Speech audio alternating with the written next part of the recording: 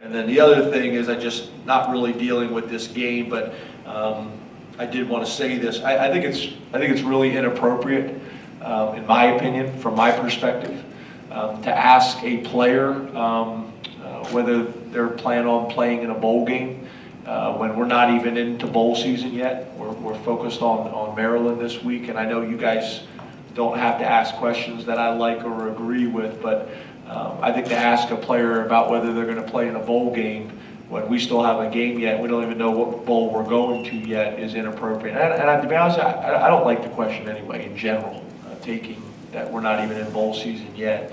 But I just, I think I don't agree with it. So I get it. I'm not going to agree with everything that you guys do and everything you ask, and I know for sure that you guys don't agree with everything I do. But I did want to get that off my chest. Open up the questions. Rich Scarcella, Reading Eagle. Hello, James. Hey, Rich. How are you, buddy? I'm all right. How are you? You don't have any bowl questions, do you, Rich? Just trying to get travel situated, but no, other than that, no. I was just kidding. No. And with no classes this week, how does players' routine change? And I know you've invited players in the past to your home, and you're doing it again this year. And about how many do you expect? You know, the schedule changes, you know, not as much as you think from a football perspective, because we still have all of our NCAA hourly responsibilities, which doesn't make complete sense, because you know, really the hours are based on in my opinion, a schedule that has to balance school, and right now, you know, we don't have that. You know, it's interesting is, in the past, Monday, our day off, was a big community service day. Well, we're not allowed to do that. So we had to do the community service today, which the guys want to do, but it would have made more sense to do it on Monday, their day off, than a practice day like today. But you know, for the most part, it allows them to rest and recover. They get to sleep in, you know, catch up on maybe some schoolwork or some responsibilities that they have to do there. And then I know some community service. I know Sean Spencer and the D-line, I think they gave out 65 turkeys today that Sean raised through his clothing apparel line, Wild Dog Chaos, whatever he's got going on. So that's really cool.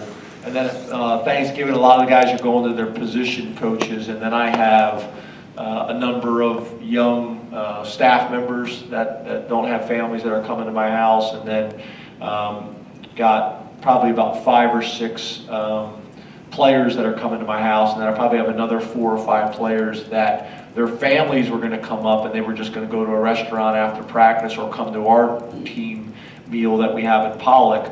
But I just said, well, you know, it doesn't make sense to go to a restaurant, just come to my house. So now I think I got not only another 4 players, but their families coming, which I think is awesome, except I want them to understand what Thanksgivings are like at the Franklins. I don't want them to come over like dressed up and formal. It is sleep, it is eat, it is watch football, it's fall asleep on the couch, it's play ping pong, it's play board games, pool, eat, sleep, rotate the rest of the day. So, you know, I'm hoping that they'll come and slobber on my couch and eat turkey and just chill, because, you know, to me it's just about family and about spending quality time with each other and taking the time to, you know, be thankful for all the blessings that we do have. So that's the plan. Hey, James, thanks for your time. Hey, Frank. Appreciate it. How are you? Real good. I wanted to ask you about your linebackers. Beyond Jason and Brandon, your seniors, how do you think the younger guys have performed for you this year? Have you gotten what you would want from them? And what do you think your depth is like at linebacker right now? Yeah, you know, you always want more. You always want more production, but that's, you know, also why they're backups, because they're still developing guys. You know, I think Cam Brown is a guy that's got a very, very bright future. Strong, athletic, long, obviously, and has played a good amount of football over the last 2 years. And, you know, I think that, you know, he's still got a lot of room for growth and development as well. We're excited about him.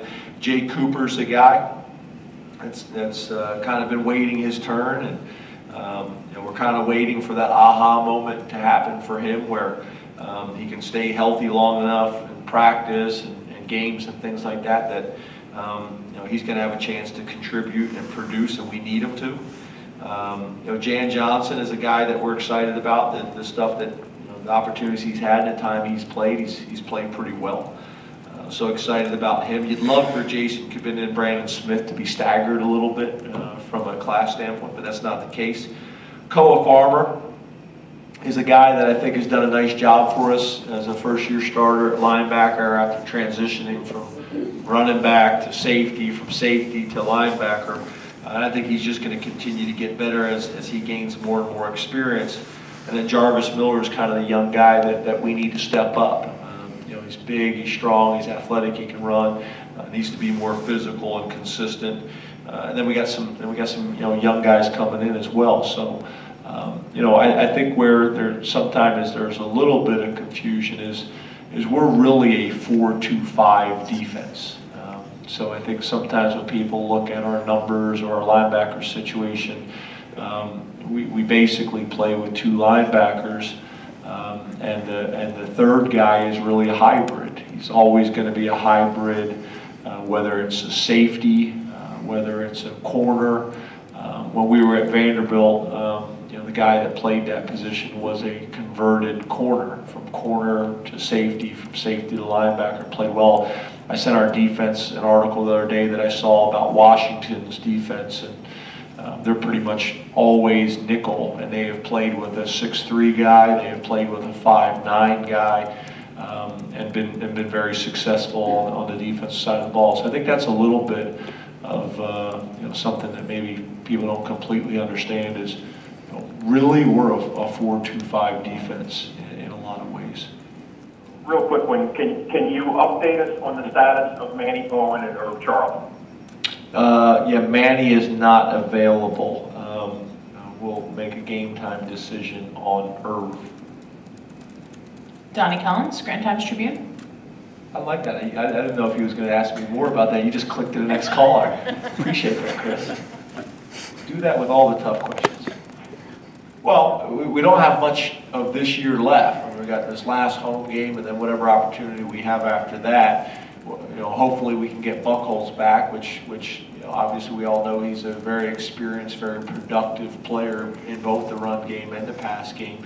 I think we had 4 sacks last week, so that's a positive. I think they had 2 sacks and we had 4 sacks, so that's a positive. But yeah, I think we're always looking for more pressure on the quarterback. We're always looking for more sacks, and that's always every year going to be a situation where we need to continue developing the guys that we have, and then continue to try to bring in more reinforcements. But that's always going to be the case. I mean, I think one year we led the nation in sacks as a defense, and I think one year we led the nation in sacks individually with Carl Nassib, and it's not like we felt like we were in a good place coming next year. You're constantly trying to grow and improve in those areas. So I like where we're at. I think we can be better, and that's in both of those situations. That's developing the guys that we got. What you really try to do is you're trying to find guys that can master one move. In college, I think a lot of times guys try to be good at 4 moves, and now they end up not being good at any one.